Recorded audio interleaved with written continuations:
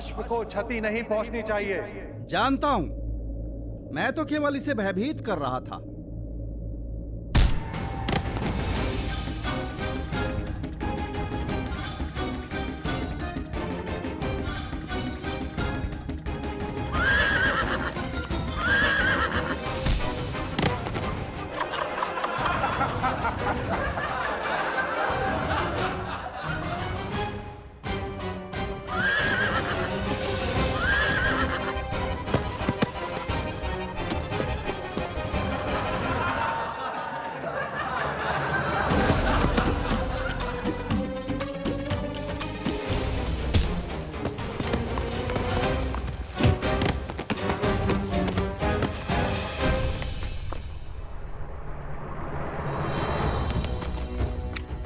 अश्व प्रतियोगिता के स्थल से बाहर निकल चुका है भैया।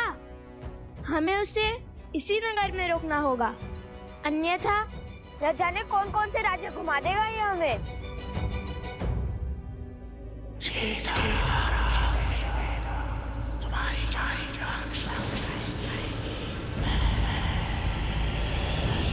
ये किस राक्षसी शक्ति का आभास हुआ मुझे? आर्य सुमंत। जी महाराज। आप सैनिकों को लेकर उस ओर जाइए,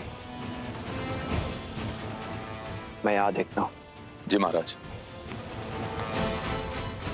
भैया मुझसे लक्ष्य तो भेज दिया, किंतु इस अश्व को कैसे रोकेंगे? श्री राम से क्षण भर की भेंट भी जन्मों के संकट टाल देती है। तुम देखना, उनके दर्शन का लाभ अवश्य मिलेगा हमें। किंतु उन्होंने तो कभी कोई अश्व नहीं रोका था। रोका था क्या?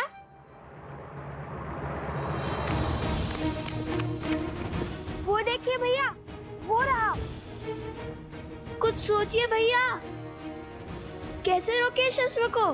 यदि हमें मार्ग नहीं दिख रहा तो हम उसके मार्ग का अवरोध बन जाएंगे। सज्जो कुछ फिर विचार कर लीजिए भैया, मुझे तो ये बड़ा क्रोधित लग रहा है। सोचो कुछ, श्री राम ने क्या कहा था? उन्होंने तो कहा था प्रसन्न रहो, संतुष्ट रहो और चिरंजीवी रहो।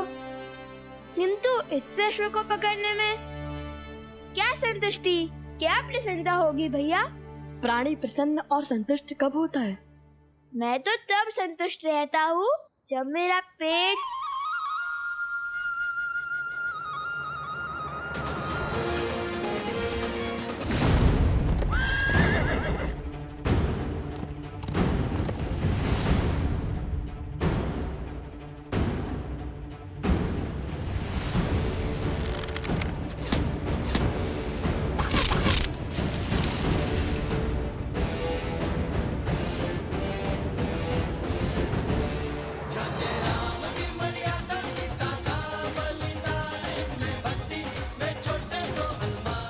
प्राणी तब संतुष्ट होता है जब उसका पेट भरता है। महाराज की जय हो। महाराज, दोनों ऋषि कुमारों ने अश्व की भूख मिटाने के लिए उसके आगे पत्तों का भंडार लगा दिया है। अब वे अश्व को लेकर प्रतियोगिता क्षेत्र में आ रहे हैं महाराज।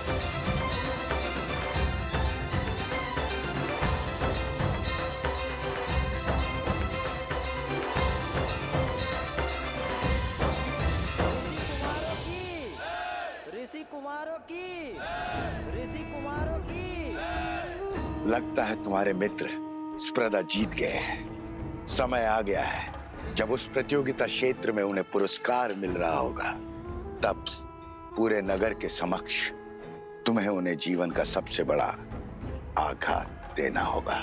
संसार को बताना होगा कि लव कुश सीता के पुत्र है। जो सत्य देवी सीता ने संसार से छुपाए, स्वयं भगवान वाल्मीकि भी जिसे उजागर नहीं करना चाहते, वो आप क्यों सबके सामने लाना चाहते हैं? क्या मिलेगा आपको माता सीता और लव कुश को दुख पहुंचाकर?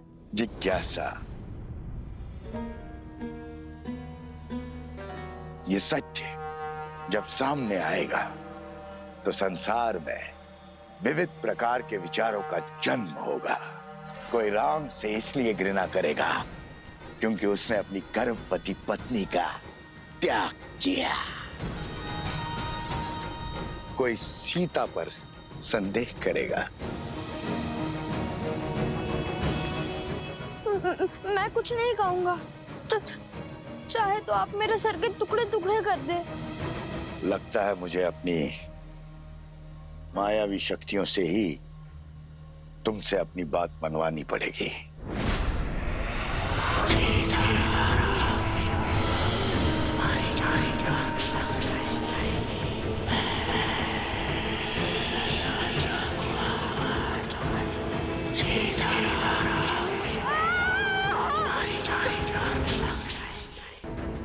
अंतिम अवसर दे रहा हूं बालक, मान लो मेरी बात।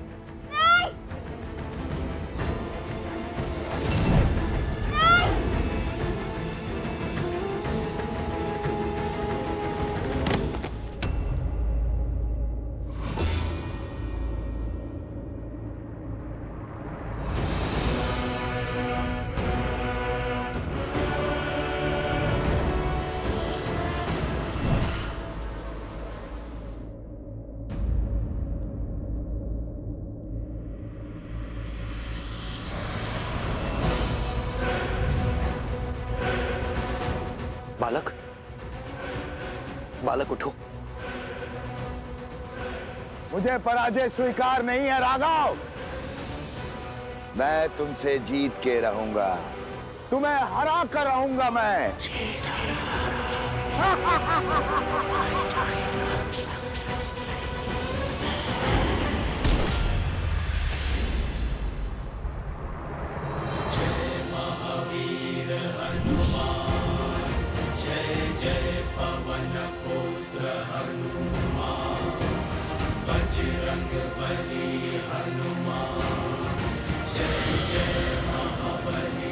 हनुमान,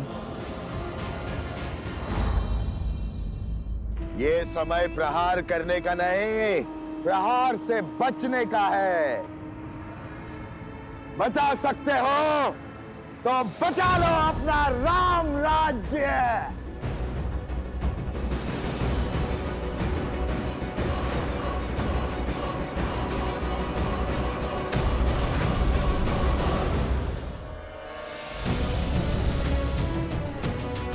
महाराज, वो बालक मिल गए।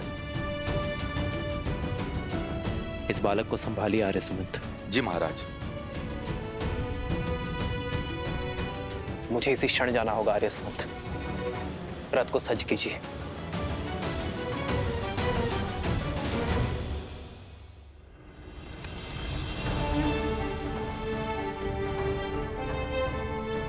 आर्य सुमंत, महाराज जनक से मेरी ओर से क्षमा मांगिएगा। उनसे विदा लिए बिना जाना पड़ रहा है, और उन ऋषि कुमारों को मेरी ओर से ये भेंट दीजिएगा। कभी अवसर मिला तो उनसे भेंट का लाभ मिलेगा मुझे।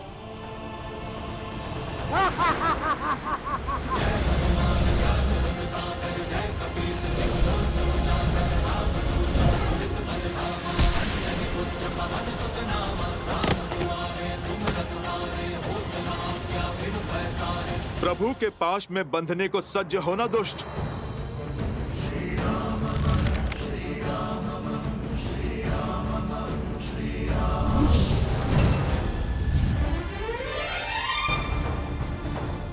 अयोध्या चलो हनुमान, हमारे पास समय अधिक नहीं है।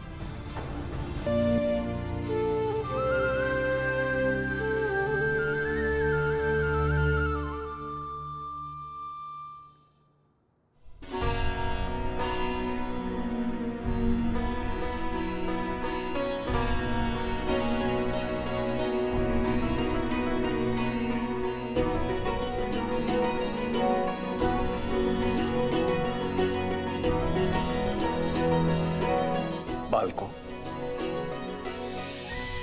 मैं जानता हूं तुम्हारी दृष्टि किसे ढूंढ रही है। हम भी कब से तुम्हारी ही प्रतीक्षा कर रहे थे। मैं ये भी जानता हूं कि इतने असंभव चुनौतियों को संभव कौन कर रहा था। ईश्वर की असीम कृपा है तुम दोनों पर। तुम दोनों केवल धनुर्धारी ही नहीं हो, बल्कि बुद्धिमान और साहसी भी हो। धर्म के अर्थ को समझने की क्षमता भी रखते हो। राजाओं से पराक्रमी और वीर भी हो, और बालकों से नटखट भी। मैं और श्री राम तुम दोनों से अत्यंत प्रभावित हैं। और सत्य तो यह है कि जितने उत्सुक तुम दोनों हो श्री राम से मिलने के लिए, उतने ही उत्सुक श्री राम भी थे तुम दोनों से मिलने के लिए। किंतु दुर्भाग्यवश उन्हें एक राक्षस को खदेड़ने के लिए जाना पड़ा। ये श्री राम की माला है। वही माला तुम दोनों को भेंट करना चाहते थे।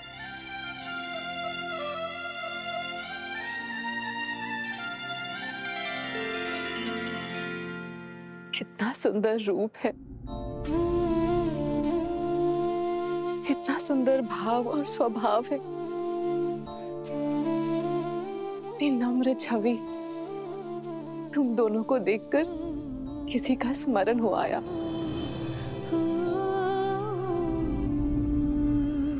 माता सीता,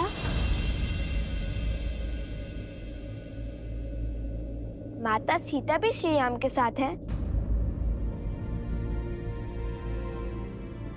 बताइए ना। माता सीता है उनके साथ?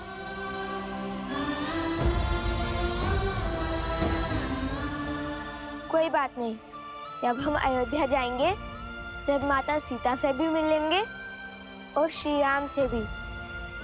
हमारी माता कहती है कि जो बीत गया उससे सोच सोचकर दुखी होना व्यर्थ है, इसलिए आगे का सोचना चाहिए। उचित कहा आपकी माताश्री ने। बीते कल के बारे में सोच के दुखी होना ठीक नहीं है। अत्यंत बुद्धिमान प्रतीत होती है तुम्हारी माता। मैं भी उनसे मिलना चाहती हूँ। मुझे भी अपने साथ ले चलो। सुना ना? अवश्य महारानी, वो भी आपसे मिलकर बहुत प्रसन्न होंगी। उत्तर की ओर वन के निकट भगवान वाल्मीकि के आश्रम में ही रहते हैं। उचित है, हम शीघ्र ही आश्रम आएंगे तो भगवान वाल्मीकि का आशीर्वाद देंगे। आप लोग यहां से प्रस्थान करें और आपकी भेंट, आपका पुरस्कार स्वीकार करें।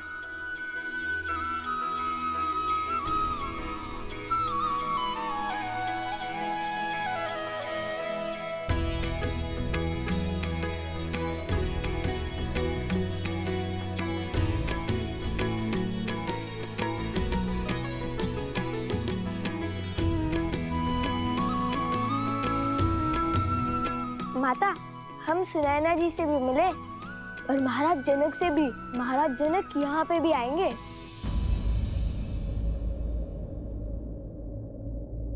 महाराज जनक यहाँ आएंगे? हाँ माता। मुझे मिथिला में हुए हर प्रस्ताव के विषय में बताओ। अभी नहीं माता, हम मिथिला से विजेता बनकर लौटे हैं और हमारे उपगुरु वो भली भांति पराजित होकर आए। उनका स्वागत तो कीजिए। पराजित होकर? किससे और कहाँ है उपगुरु? आश्रम के बाहर है, विजेता की सेवा कर रहे हैं। हाँ, लौटते हुए पूरे मार्ग में सेवक की भांति सेवा करते हुए आए हैं। कभी जल का घड़ा तो कभी फल की टोकरी लेकर आए हैं। किसके लिए? आप सभी को मेरा प्रणाम। ये प्रसूता है, मेरी धर्मपत्नी।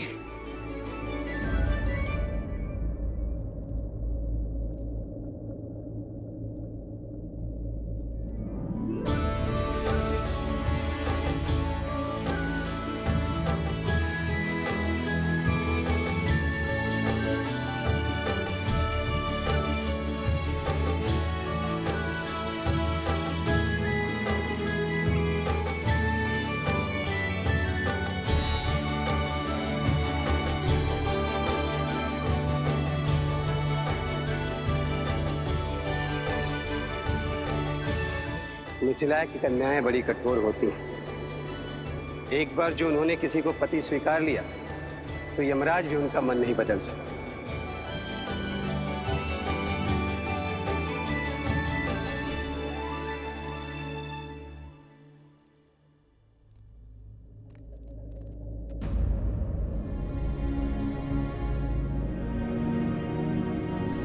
ये क्या? सब चले क्यों गए? क्या हमसे कोई भारी भूल हुई है?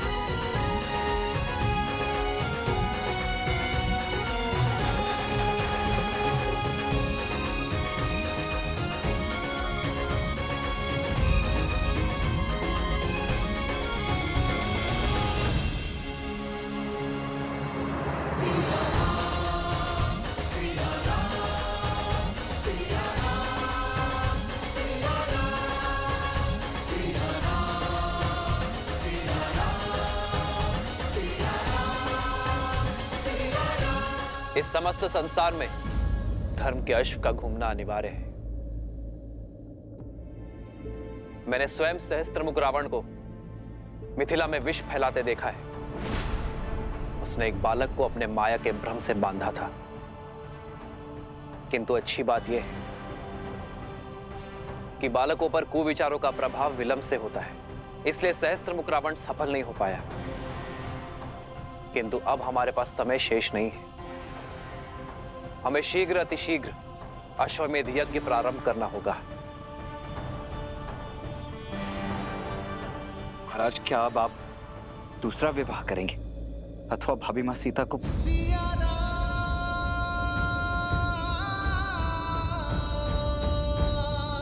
तो अब आगे के लिए क्या आज्ञा है महाराज? क्या इस यज्ञ से पूर्व महाराज के दूसरे विवाह का आयोजन करना होगा?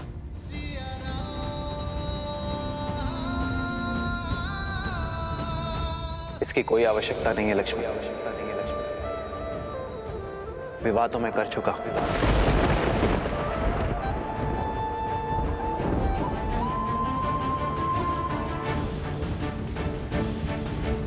सात दिन के पश्चात मैं प्रजा के सामने अपनी पत्नी के साथ उपस्थित हो जाऊंगा।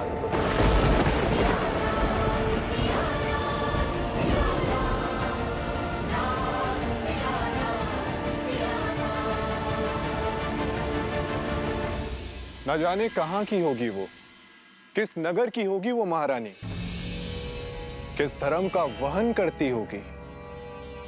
रघुकुल की गरिमा निभा भी पाएगी या नहीं? नहीं, इस नई महारानी को हम स्वीकार नहीं करेंगे। कभी स्वीकार नहीं करेंगे। राजा राम है वो कुछ भी अनिष्ट कर ही नहीं सकते। उन्होंने विवाह किया क्योंकि यही उचित था। राजा है, इसका तात्पर्य नहीं कुछ भी अनुचित करेंगे। हमारे महाराज ने हमेशा उचित कार्य ही किए हैं। ये उचित नहीं है। यही उचित है। ये उचित नहीं है। यही उचित है। रानी के खिलाफ अन्याय है ये। आप ये कैसे कह सकते हैं? क्योंकि हमारे महाराजा ने ध्यान रखा ही है।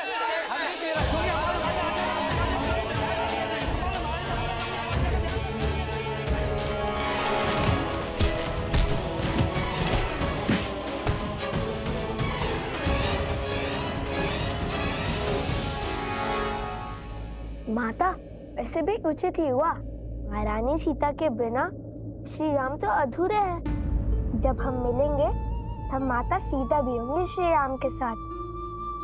और तब तक के लिए श्री राम की भेंट है ना हमारे पास।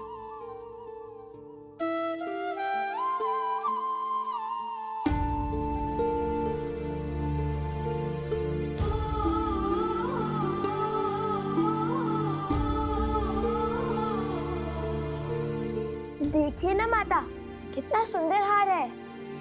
राम सिया राम सिया राम सिया राम राम सिया राम सिया राम।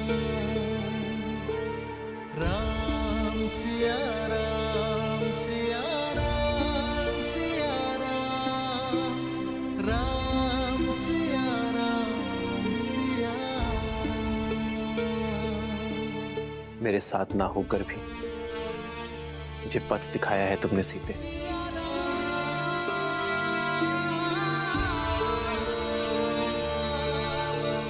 प्रभु, आप जो करेंगे वो उचित ही होगा, किंतु प्रजा में जो ये